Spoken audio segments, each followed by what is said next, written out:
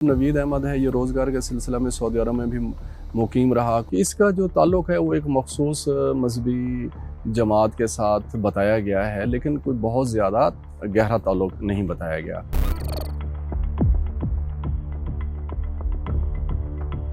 नवीद अहमद जिसने कल इमरान खान साहब के लॉन्ग मार्च पर फायरिंग की, उसका ताल्लुक़ वज़ीराबाद के इलाके सोहदरा से है। ये जो सोहदरा इलाका है ये दरिया चनाब के किनारे पर वाक़या है और यहाँ की जो आबादी है वहाँ पर ज़्यादातर जो लोग हैं, हर फैमिली से या हर ख़ानदान से एक आध फ़र्द जो है वो रोज़गार के सिलसिले में बाहर मुकीम है और उसका जो वालिद था वो 15 साल पहले उसकी डेथ हो गई थी। ये नवीद अहमद का जो वालिद है वो ये बोरिंग का काम करता था, नलके लगाना, इस तरह का काम। लेकिन अब चूँकि इस काम की नौयत थोड़ी बदल गई है तो इसके जो बाकी भाई हैं वो यही काम कर रहे थे, लेकिन ज़रा वो बेहतर मशीनों का इस्तेमाल कर रहे हैं। ये 4 भाई बताए गए हैं और इसकी 3 बहनें हैं और ये सारे के सारे लोग शादीशुदा हैं और ये 4 मरले के घर में वहाँ रहता था। इसके 2 बच्चे हैं। एक बेटा जो है वो उसकी कोई 1.5 साल उम्र बताई गई है, दूसरा बच्चा जो है वो 10 दिन का बताया गया। और ये जो नवीद अहमद है ये रोज़गार के सिलसिला में सऊदी अरब में भी मुकीम रहा। कोई 4 साढ़े 4 साल के करीब इसने वहाँ पे भी मेहनत मजदूरी की, लेकिन जब से ये वापस आया हुआ है तो यहाँ पर इसका कोई काम ऐसा नहीं था। गह बगह इसको मोहल्ले के लोगों ने अपने भाई के साथ काम करते हुए देखा।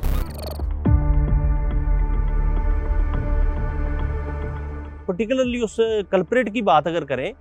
तो मुझे नहीं लगता कि वो इतना सेल्फ मोटिवेटेड है कि भी उसने एक ऑटोमेटिक पिस्टल भी लिया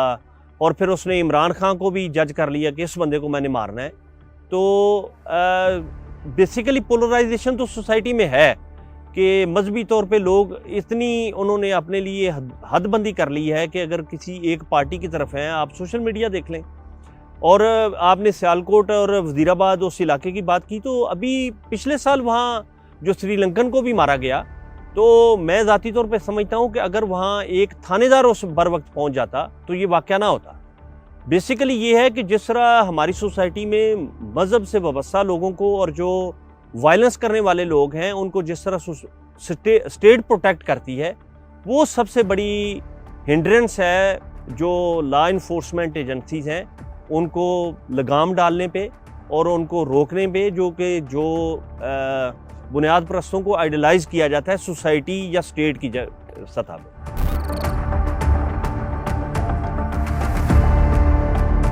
मजहबी हवाले से अगर हम देखें इसके रुझानात को, नवीद अहमद के रुझानात को, कि इसका जो ताल्लुक़ है वो एक मख़सूस मजहबी जमात के साथ बताया गया है, लेकिन कोई बहुत ज़्यादा गहरा ताल्लुक़ नहीं बताया गया। मस्जिद में जाना, तकरीबात में शिरकत करना। इसी तरीके से इनके एक जो मोहल्लेदार हैं जिनके घर के सामने रहते हैं, अब्दुल्ला नाम है उनका, उन्होंने हमें बताया कि चंद दिन पहले या चंद माह पहले यहाँ इसके नवीद अहमद के घर के साथ ही 3-4 घर छोड़कर एक घर में एक स्कूल है जिसका डैफोडिल स्कूल के नाम से वो था। तो वहाँ पर कोई सालाना तकरीबात हुई तो वहाँ पर मौसीकी का इस्तेमाल किया गया। तो इसको ये बात नागवार गुजरी और इसकी जो है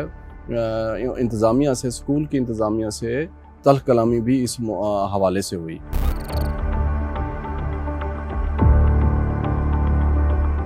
जैसा कि आप जानते हैं कि जैसे ये वाक़या रूनुमा हुआ तो एक बात ये भी सोशल मीडिया पे गर्दिश कर रही थी कि इसका किसी मख़सूस सियासी जमात के साथ ताल्लुक़ हो सकता है और मुख्तलिफ़ किस्म की इस तरह के और दीगर अबहामात भी थे। तो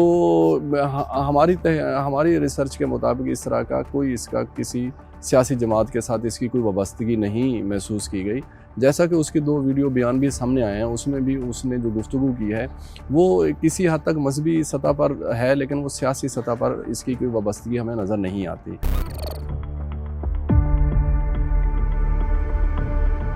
वाक़या एक जगह हुआ है तो उसे दूसरे इलाके के थाने में, मैं आपको थोड़ा सा ये समझा दूं कि वज़ीराबाद है और बिल्कुल करीब ही चंद किलोमीटर के फासले पर पुंजा है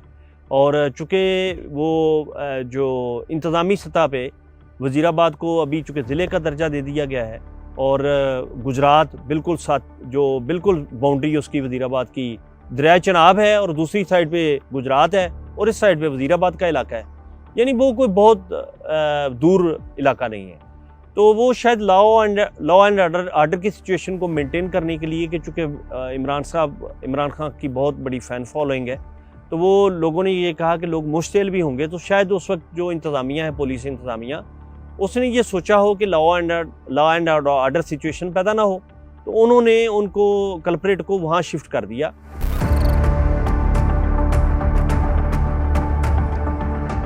کہ کسی شخص نے بھی اس کو کبھی کسی کے ساتھ لڑتے جھگڑتے ہوئے نہیں دیکھا تھا, حتیٰ کہ لوگ حیران تھے کہ یہ کیا ہو گیا. لوگوں کو اس وقت پتہ چلا جب یہ خبریں سوشل میڈیا کے اوپر آئیں, تو لوگوں کو پتہ چلا کہ یہ جو نوید احمد ہے یہ ان کا محلے دار ہے, سودرا کا رہنے والا ہے, اور اس نے یہ حرکت کی ہے. اس سے پہلے اس کی کوئی بڑی لڑائی یا کوئی میڈیا, میں نے ایک جگہ پہ سنا کہ ایک جگہ پہ چل رہا تھا کہ ملزم جو ہے یہ اس کا کوئی پولیس ریکارڈ بھی ہے, لیکن میرے خیال میں مجھے اس طرح کی کوئی معلومات نہیں ملی کہ اس کا کوئی پولیس ریکارڈ ہو.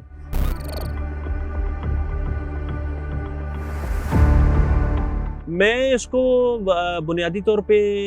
کوئی کانسپریسی خیال نہیں کرتا. میں یہ سمجھتا ہوں کہ یہ جو موبائل اور کیمرے کی ایکسیس ہر بندے تک ہو جانا ہے, اس نے کیجول بنا دیا لوگوں کو. تو وہ خبر سب سے پہلے بریک کرنے کے لیے جس طرح ہمارے رپورٹرز اپنی جان پہ کھیل جاتے ہیں,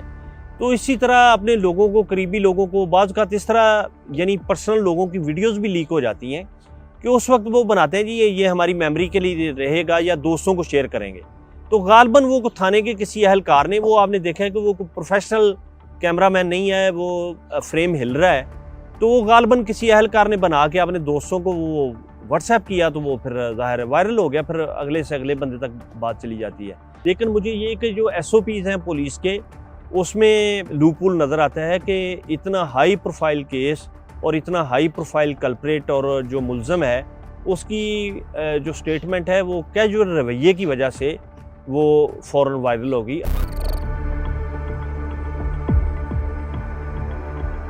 اگر ہم اس واقعے کو دیکھیں تو مجموعی طور پر اس واقعے کے اندر المیے ہیں اور دکھ ہیں اور تکلیف ہیں جو نہیں ہونی چاہیے. اس پر سے ہماری جو سیاسی جماعتوں کے جو قائدین ہیں ان پر بڑی گہری ذمہ داری عائد ہوتی ہے کہ سیاسی جماعتیں اپنے آپ کو سیاسی جماعتوں کے طور پر سامنے لے کر آئیں, ان کے اندر کسی طرح کا کوئی تشدد کا عنصر نہیں ہونا چاہیے. اور اس طرح کے جو واقعات رونما ہوتے ہیں ان کو ہر سطح پہ اس کی جو ہے اس کو ناگواریت سے دیکھا جائے, سماجی سطح پر ایسے واقعات کو ناپسند کیا جائے. اور میرے خیال میں اس طرح کے جو واقعات ہیں یہ جہاں ایک گھر کو اجاڑ کے رکھ دیتے ہیں, وہاں ایک گھر ہی نہیں اجڑتا, ایک علاقہ اجڑتا ہے, ایک قصبہ اجڑتا ہے, ایک ملک اجڑتا ہے, لوگوں کا جو ہے اعتقاد جو ہے, ایمان جو ہے, اعتماد جو ہے وہ مجروح ہوتا ہے. اب جو سودرا کے جو رہائشی ہیں, جو لوگ ہیں, وہ ان سے جتنے لوگوں سے ہماری بات ہوئی وہ اس واقعے پر بے حد شرمندہ تھے, بے حد افسوس کا اظہار کر رہے تھے. تو اس طرح کا جو ایک انفرادی واقعہ ہوتا ہے وہ ہماری پوری ثقافت کو تلپٹ کر کے رکھ دیتا ہے. اس پر ہمیں ہمارے دانشوروں کو, ہمارے سیاسی قائدین کو اس پر سوچنا چاہیے.